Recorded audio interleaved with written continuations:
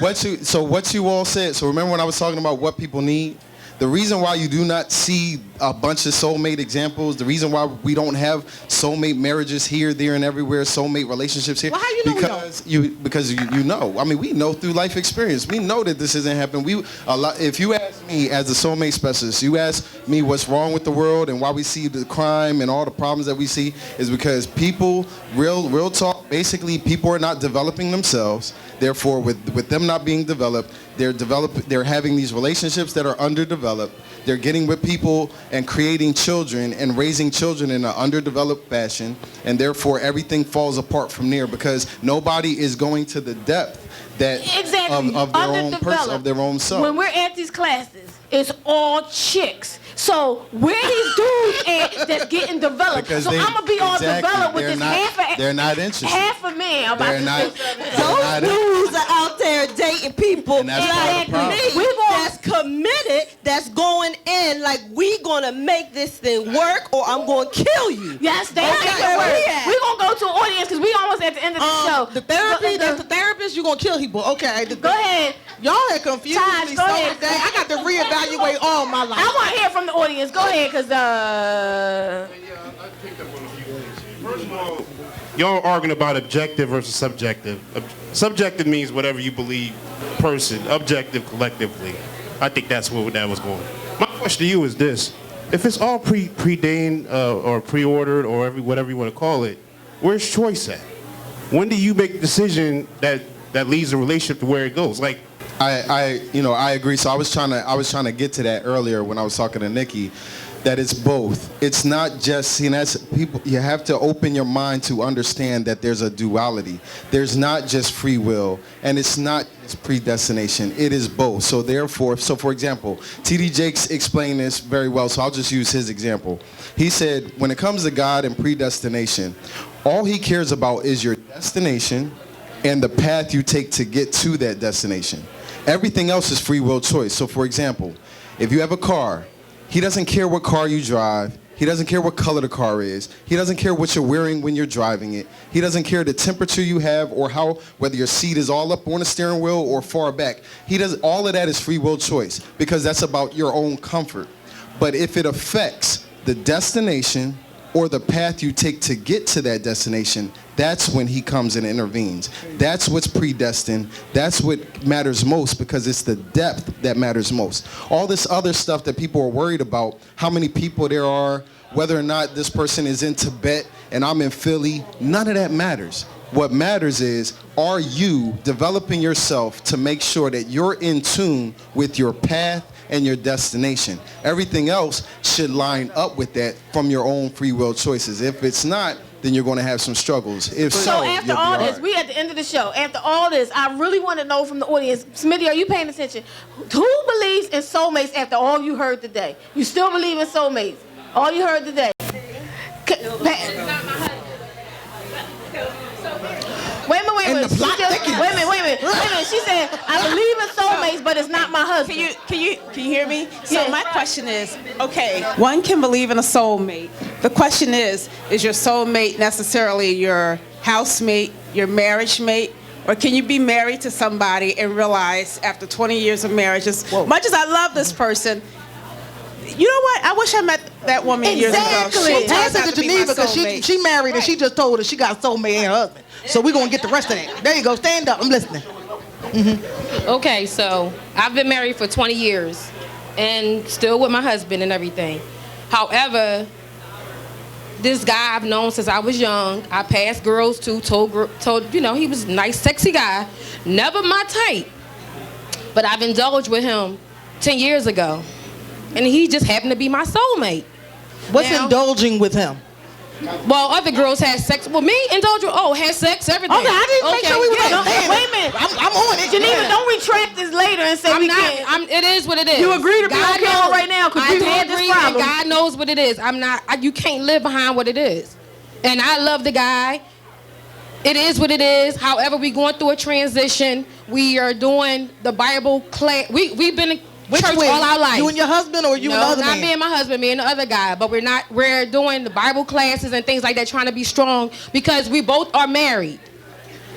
You know what I mean? So But you believe that's your soulmate. You I believe, and it's funny that this topic is the topic. I didn't know this until this morning. However, I agreed to come on here a couple of days ago, and I just asked him a couple of days ago if he was my soulmate. I have a video, and he just said I was his soulmate, and I already knew he was my soulmate for years.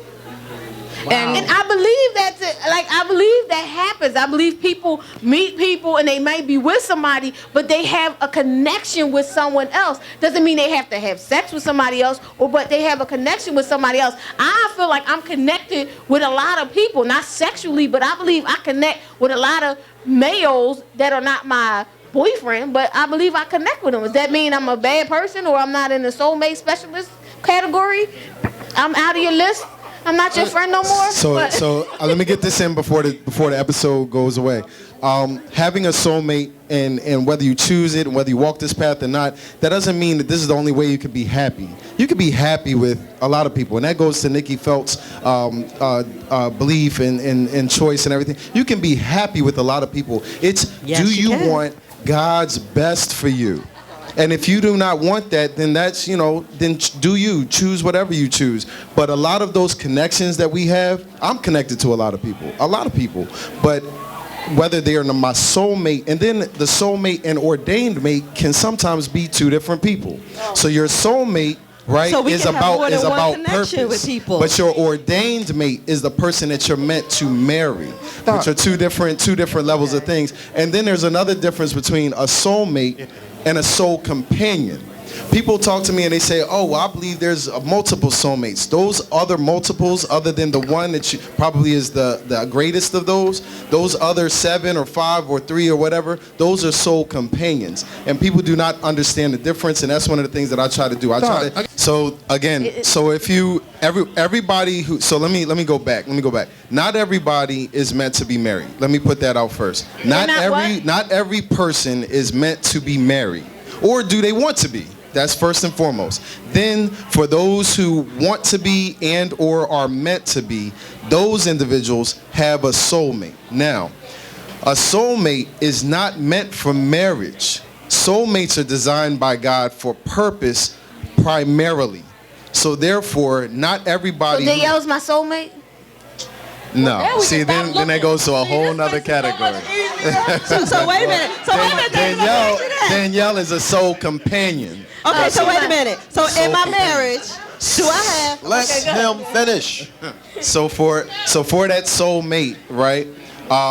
Since there's two different, all of these things, you have to, the best and only way to know is through your spiritual development. So like Dave mentioned earlier, they're called soulmate for a reason. They're not called soulmate so you could get it in 20 times a day with that person. That's a sex mate. That's a mate. That's a physical mate. We can all get that. Like most people can get it. Can you connect on the spiritual level, to the depths of that person's soul? That's what it's about. And is your purpose in alignment? First off, do people even know their purpose? Most people don't even know their purpose. So how are you going to even find a soulmate when you don't even know what you're here to do? You're not. You're just not. And if you don't care about your purpose and you don't care about finding what your purpose is, you're not going to find somebody that's meant to help you with that purpose because you don't even know what you're here to do. So, all of these things, you need that level of depth. And people are like, do I really? Absolutely. And if you don't care about finding that, then do you and pick whoever you can pick at those levels. But for me, as it is for me, I'm going for everything that's mine, that's meant to be mine. Then what God has for you, right? Is there confusion that people are spending too much time looking for a companion compared to looking for a soulmate? It depends. Like I said, it have to be your husband and your wife. So just look for your soulmate. Let's end the episode. So wait a minute. So that means if I use Dr. David's words, I have a soulmate, I have companions, companion mates, friendships. It's levels. Thank you. Like Meek said, it's levels to this. Okay, and if you want catfish and bottom feeders and all of that, do you be happy. But if you want the top of the mountain, it takes fortitude to climb a mountain. You can't get to the top of Mount Everest, chilling. You have to have some skill. You have to have some endurance. You have to have some strength to get to the top of the mountain. If you don't care about the top of the mountain, then let the people that care about it climb. If you want to chill in the middle of the mountain, you want to chill at the base. Chill at the base. There's a bunch of people at the base because most people can't. Yeah. Exactly. Exactly. But nobody gets so to the have top fun at the party. But I've been there, done that. I'm trying to get to the top. Renisha. I like who like me. That's it. Pass her that mic. Likes me. It's not. You have. But I think the main issue is a lot of times when we encounter somebody, we don't take the time to get to know them on that deep level. We run in or fall into bed with them, and then it's like, wait a minute, back it up. Where's this relationship going?